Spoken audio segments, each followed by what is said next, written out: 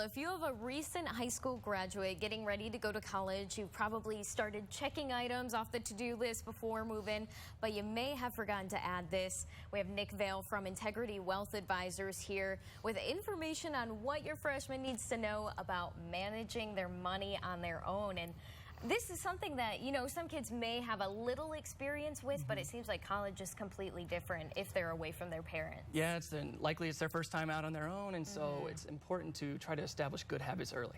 Right. And now you said the first thing, which I'm sure a lot of people think about, is getting that budget in order and figuring out a budget for you. Yeah, establishing a budget is really the first step to any financial plan. It's estimated that actually over half of Americans are spending more than they earn. This is pretty startling, and so I think setting up a budget when you're young to create those good habits moving forward is very important. There's a lot of great resources out there. I would try to find one that kind of fits best for you and just stick to it. Right, and now a lot of students have to take out those student loans, but you know, sometimes kids may think like, I don't want to get a job right away, so I'll take out a loan for that fun money. Yeah, avoid this at all costs.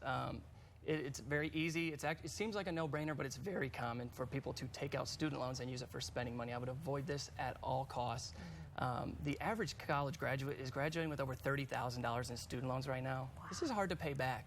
So my advice would be to try your best to graduate with as little student loan debt as possible. Right. So what's another tip that parents can talk about with their kids? Yeah, I would say establish an emergency fund.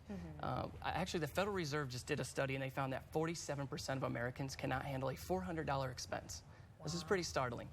So I know a lot of college-bound students aren't making a whole lot of money right now, but many have summer jobs, and they also have graduation parties coming up. So one tip I would say is to open up a savings account at your local credit union or bank and try to set a goal of $500 to start. Put it in a savings account. Don't use it unless it's an emergency. Great. And now another tempting thing is to get those credit cards for your kids or have the kids on mom and dad's credit card. What should they do when it comes to that? Avoid them. Really? Avoid them altogether. I would say if you need spending money, and find a part-time job off campus or try to find a work-study job on campus. I know I worked at a library when I was in school. Do not take out credit cards. A lot of American families are struggling with credit card debt, and it starts when you're young, so my advice would be just to avoid them altogether.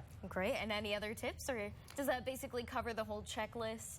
Yeah, I mean, I would say also compound interest. I know a lot of students especially don't have a whole lot of excess money to invest, but compound interest is your best friend as a young person. I'll just give you a quick example. If a 35-year-old were to invest $5,000 a year and average 7% return, at age 65, they would have just under $550,000. Wow. But if they were to start 10 years earlier at age 25, they would have had over $1.1 million. Right. So it's an important concept to understand as a young person that compound interest is your best friend. Great. Well, thank you so much for stopping by, and we'll have those for you online.